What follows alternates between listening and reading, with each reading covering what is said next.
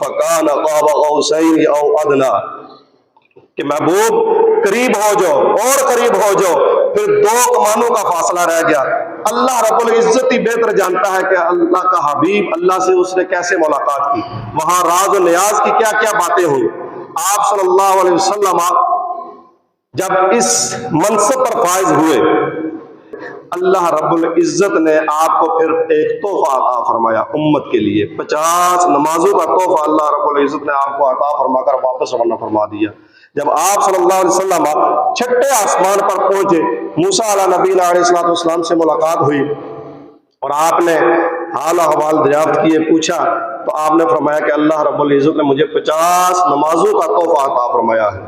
موسیٰ علیہ نبینا علیہ السلام نے عرض کی، یا رسول اللہ صلی اللہ علیہ وسلم مجھے یہ تجربہ ہو چکا ہے، آپ کی امت یہ اتنی نمازیں نہیں پڑھ سکے گی، آپ واپس جائیں۔ چنانچہ آپ واپس گئے، اللہ رب العزت نے 5 نمازیں کم کر کے آپ کو بھیج دیا۔ پھر موسیٰ علیہ السلام نے آپ کو عرض کی، یا رسول اللہ آپ کی امت یہ بوجھ بھی نہیں اٹھا سکے گی، اتنی نمازیں بھی پڑھ نہیں سکے گی۔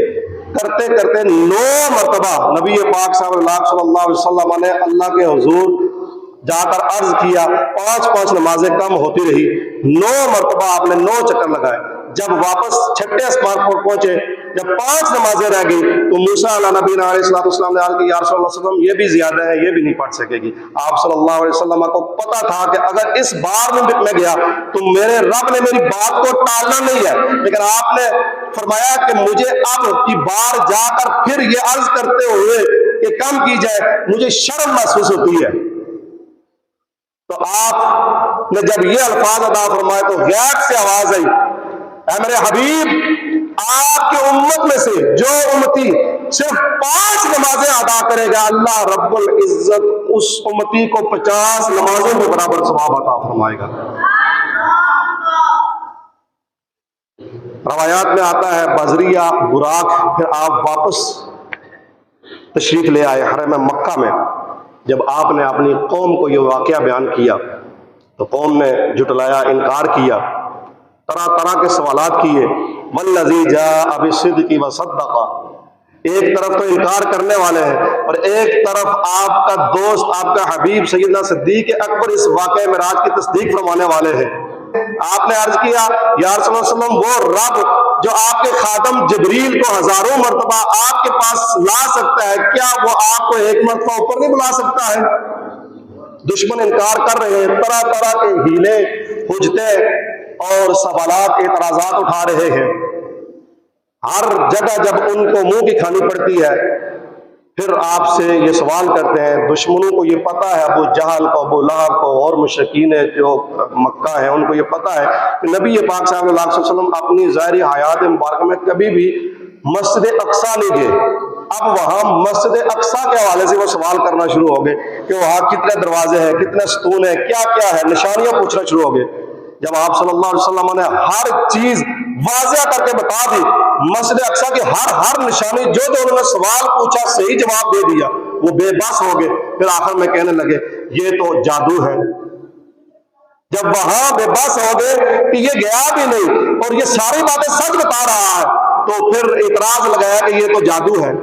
پھر انہوں نے کہا کہ اے اللہ کے رسول، اگر اللہ کے آپ سچے نبی ہیں اور واقعاتاً آپ کو معراج ہوئی ہے، آپ گئے ہیں، تو ہمیں یہ بتائیں کہ ہمارے کچھ قافلے ادھر گئے ہوئے ہیں، وہ کہاں پہنچے ہیں؟ تو آپ صلی اللہ علیہ وسلم نے فرمایا آپ کا ایک قافلہ میں نے جاتے ہوئے دیکھا کہ مقام روحہ کے مقام پر پہنچا ہے اور وہاں ان کا ایک اونٹ گم ہو گیا ہے، وہ اس کی تلاش میں تھے اور ایک اونٹ کے اوپر پانی کا پیالہ بھرا ہوا تھا۔ مجھے پیاس لگی، میں نے براق سے اتر کر وہ پانی کا پیالہ پی لیا اور میں نے وہاں سلام کی قافلے والوں میں سے کسی نے کہا کہ یہ تو آواز محمد کی ہے۔ آپ صلی اللہ علیہ وسلم نے فرمایا کہ جب وہ قافلہ واپس آئے تو آپ ان سے پوچھ لینا۔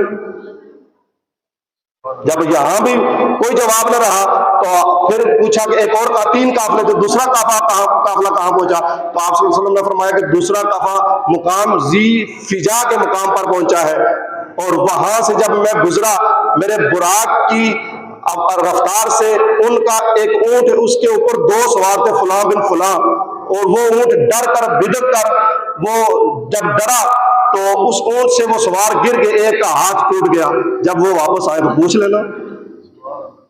تیسرا مقام تلوین کے مقام پر تیسرا قافلہ پہنچا ہے، اور وہاں ان قافلے کے جو اونٹ ہے ان میں سب سے آگے ایک بورے رنگ کا اونٹ ہے، اس کے اوپر 2 بوریاں لدی ہوئی ہے، ایک سرخ ہے اور ایک سفید کلر کی بوری ہے. تو جب وہ واپس آئے تو پوچھ لینا ان سے. جب یہاں بھی بے بس ہو گئے تو پھر انہوں نے سوال کیا کہ آپ ہمیں یہ بتائیں کہ وہ قافلے واپس کب پہنچیں گے. تو آپ صلی اللہ علیہ وسلم نے فرمایا کہ سب سے پہلا قافلہ سورج طلوع ہونے سے قبل پہنچے گا، دوسرا قافلہ جب سورج نصف النہار پر ہوگا تب پہنچے گا، اور تیسرا قافلہ سورج غروب ہونے سے قبل پہنچے گا. تو اب کافروں کے اندر یہ ایک اشتیاق پیدا ہو گیا کہ اب کی بار ہم ان کو جھوٹا ثابت کر کے رہیں گے، کہاں قافلے ٹائم پہ پہنچیں گے. اب وہ سورج دیکھنے کی طرف کافر چلے گئے، مکے کے اندر بلند پہاڑی کے اوپر چلے گئے اور سورج دیکھنا شروع ہو گئے کہ کب سورج طلوع ہوتا ہے. اگر سورج طلوع ہونے سے قبل قافلہ نہ پہنچا تو ہم ثابت کر دیں گے کہ یہ جھوٹ بول رہے ہیں. ادھر صحابہ وہ سورج دیکھنے کے لیے کفار چلے گئے. صحابہ نبی پاک صلی اللہ علیہ وسلم کی جو دی ہوئی بشارت تھی کہ قافلہ پہنچنے والا ہے سورج طلوع ہونے سے پہلے، وہ قافلہ دیکھنے کے لیے اس شاخ پہنچ گئے. چنانچہ جب سورج طلوع ہونے کا وقت قریب آیا تو کافروں نے کہنا شروع کر دیا کہ ابھی سورج طلوع ہونے والا ہے. ادھر سے مسلمانوں نے آواز دی وہ دیکھو قافلہ بھی آ چکا ہے. اسی طرح دن کا جو آپ نے بتایا تھا کہ نصف النہار پر جب سورج ہوگا اس وقت قافلہ پہنچے گا، اسی طرح. اور جب شام کا آپ نے بتایا تھا سورج غروب ہونے سے قبل قافلہ پہنچے گا، سیم اسی طرح وہ قافلہ اسی وقت پہنچا. باوجود اس کے ان کے عقلوں پر پردے پڑے ہوئے تھے. انہوں نے اس طرح جتلایا کہ یہ تو جادو ہے. ایک ہوتا ہے حسد، جو سکے چچا تھے نا آپ کے، ابو لہب، ابو جہل، رشتہ داریوں میں حسد بھی بڑا ہوتا ہے.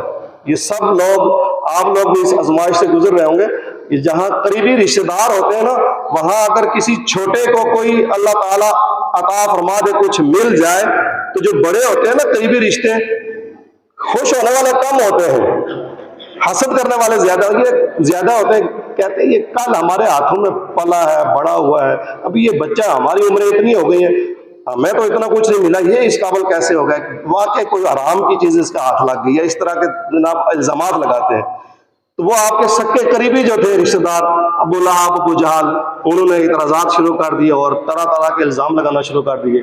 میرے بھائیوں، نبی پاک صلی اللہ علیہ وسلم کا فرمان عالی شان ہے کہ میں نے مسجد حرام سے مسجد اقصی سے سدرۃ المنتہا سے لامقام تک سفر کیا، اور جب واپس آیا جس پانی سے وضو کیا تھا وہ پانی اسی طریقے سے چل رہا ہے، دروازے کی کنڈی ہل رہی ہے، بستر اسی طرح گرم ہے.